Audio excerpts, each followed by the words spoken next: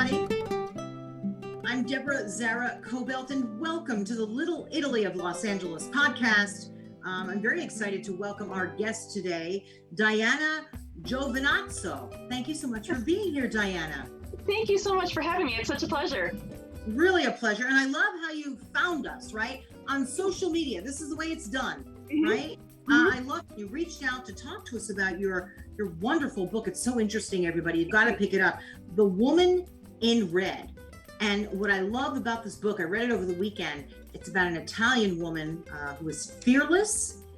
True story about her. And she was an activist in her time, and she led the kind of life that so many of us would love to.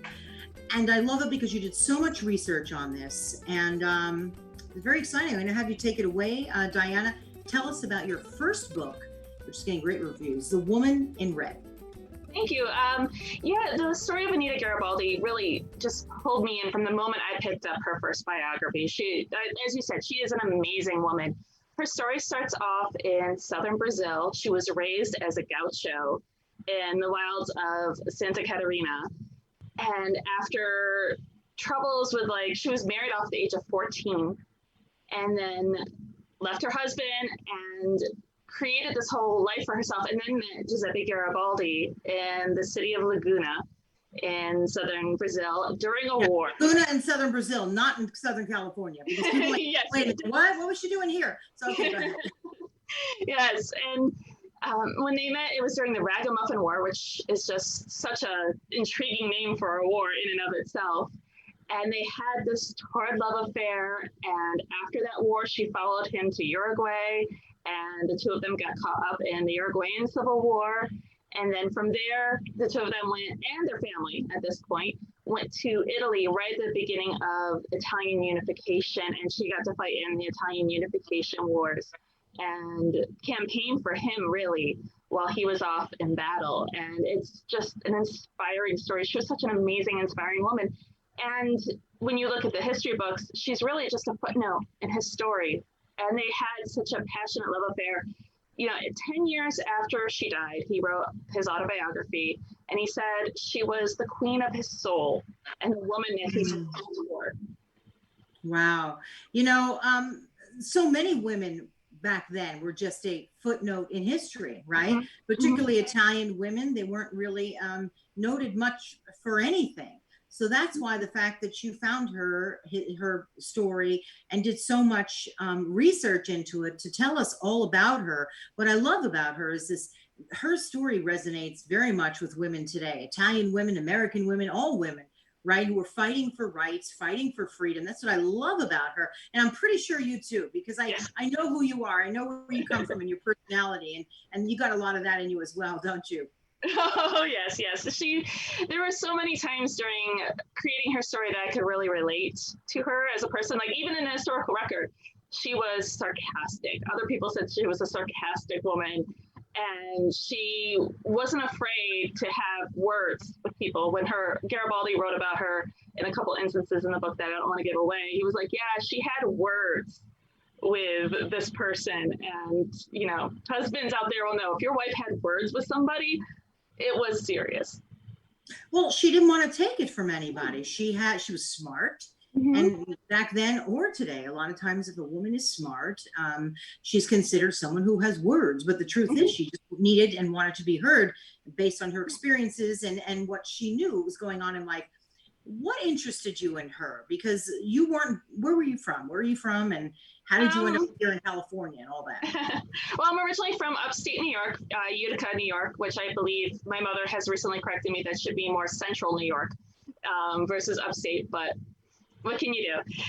And I came out here at the age of roughly 17, almost 18, and I moved in with my father. My father lived out here for most of my life, and I've been out here ever since. And with Anita, he and I were talking about our family history, and I was starting to do the genealogical research into how my great-grandparents got here.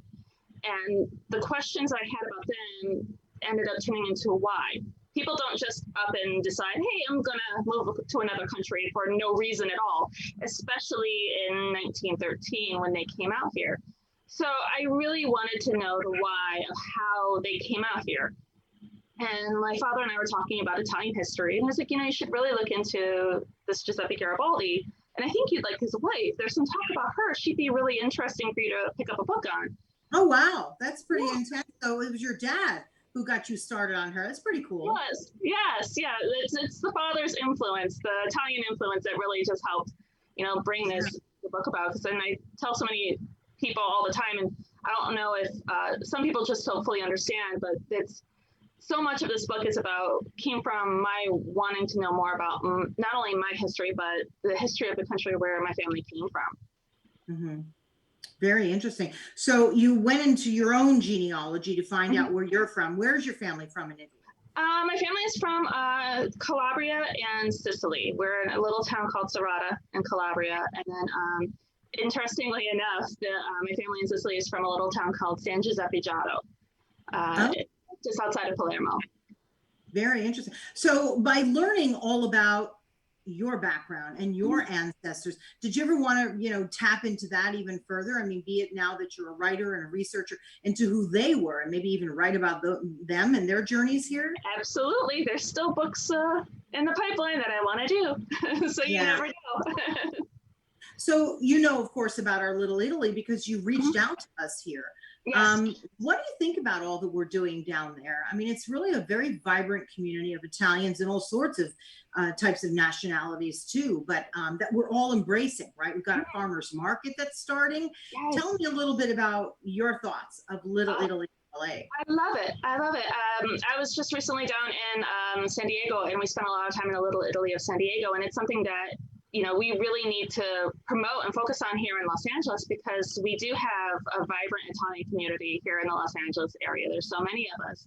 And, when you look at California and Italian history, so many of us ended up within port cities. And so it makes sense of where it's going to be. And I think it's fantastic. And I was watching events that were coming up before all of this pandemic stuff. And I was planning on going to events before quarantine set in. We were planning on going to events there too, and then we had to stop them, right? We've got this beautiful piazza that we're developing, and so many of our events are taking place around the piazza, which will happen again. And we're figuring out a way to do that in terms of social distancing, which I believe we're doing with our farmers market, which can be done. So little by little, they're coming back. We also have our restaurants now have the outdoor seating, which is great. Very, very exciting. But like many people that I interview for our podcast, you were someone who didn't initially start out as a writer, right? What were you doing before you wrote your book? I was a paralegal before I wrote my book. There you go.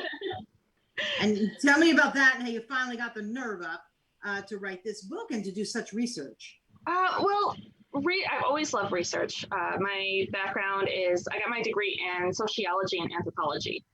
And I always wanted to be a writer, but it really just wasn't happening. I was in my 20s when it started to, I tried it for the first time and I completely failed. In my mind, I failed and fell on my butt. And you're in your 20s, you're supposed to fail. We had this conversation too, where you're supposed to fail, you're supposed to wander around. And I decided, well, the economy's crap, I need to pay my bills. And so I decided to become a paralegal, and I ended up in estate planning, where I got to write as well. There's a lot of writing that goes into estate planning. And I really love the research and the writing. And so when I was working full time, I'd come home, and on my lunch breaks, I would write and research and just really push this book. Mm-hmm. Wonderful. Tell us a little more about her character as an Italian woman, who, by the way, died very young in her life. I was really surprised reading this book that sort of, broke my heart, but she lived 5 lives, this woman. She really did, in the short time that she was on this earth.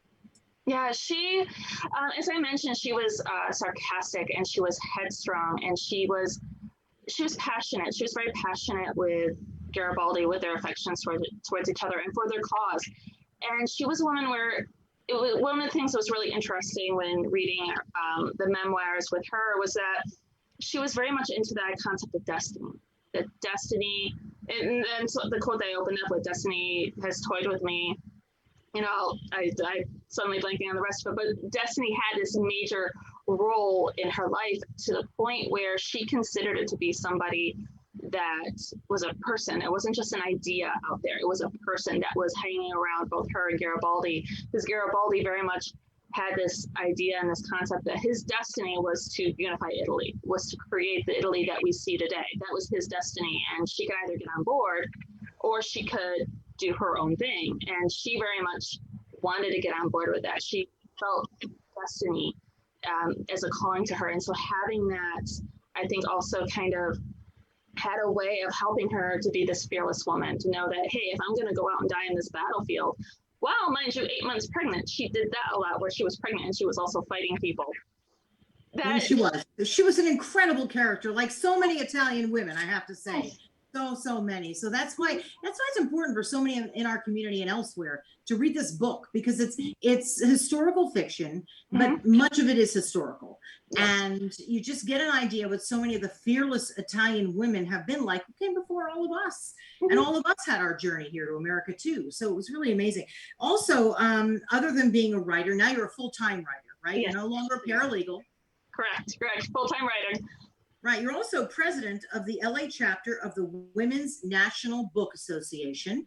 Yes. And you also created the Wine, Women, and Words podcast. Tell us a little bit about that. I like that. Well, the Wine, Women, and Words podcast was actually created by one of my best friends and I. She's actually also Sicilian. She's half Sicilian as well. And she and I bonded over books. We just created this friendship about reading, and we get together and we drink wine and we would talk about what books we were reading. And eventually one day she was like, you know what, we're going to start a podcast. And I was like, I had no idea how to do this. And she's like, that's okay, neither do I. And so we just started doing it. This is about 4 years ago now. And we started bringing on authors. And every week we have a different author. We have a book of the month that everybody's reading. And we talk with the authors, we get their insights about how they wrote the book and different aspects of writing, and also sometimes we fangirl about the books that we read. And it's a blast. It's being able to sit with friends and just have fun for about an hour. That is wonderful. You know, it'd be great, maybe when we can all meet again, if we can have, a reading. It'd be great to have some authors, particularly Italian authors, Italian literature down in our Italy district, right? Wouldn't that be fun to just do a reading and whatnot? So let's keep that in the back of our minds. We'd love to have that, right? Yeah. That'd be really superb. Anything else you'd like to add for people to find you before I let you go? Well, I am on social media as well, as we covered. It's Diana G Author. I'm on Instagram, and I've got a Facebook page. I'm on Twitter. And you can also go to my website, dianagiovinazzo.com. Yeah, beautiful. Thank you very, very much for joining us. And please, everybody, pick up the book. It's a fun read, but hard to put down. I'm just warning you. So a great read on a hot weekend, because it kept me occupied all weekend. The Woman in Red. Pick it up, and we'll hear more from Diana when we're able to have her back in our little Italy area. That'd be fun. Maybe we can do some wine and cheese and a reading. That'd be a lot of fun. I love that. That'd be fantastic. And everybody, thank you for joining us for our podcast, Little Italy of Los Angeles. We appreciate you being here. And you can find us on Facebook. You can find us on YouTube. We have an Instagram page. And we're going to let you go now by listening to our new music for our Little Italy podcast. I just love it. And I think we're going to play it the whole way through. So I'm Deborah Zara Kobylt. Yeah, it's beautiful. It's beautiful. Listen to it till the end. I'm Deborah Zara Kobylt. I want to thank you all very much for joining us. And we'll see you next time. Bye-bye.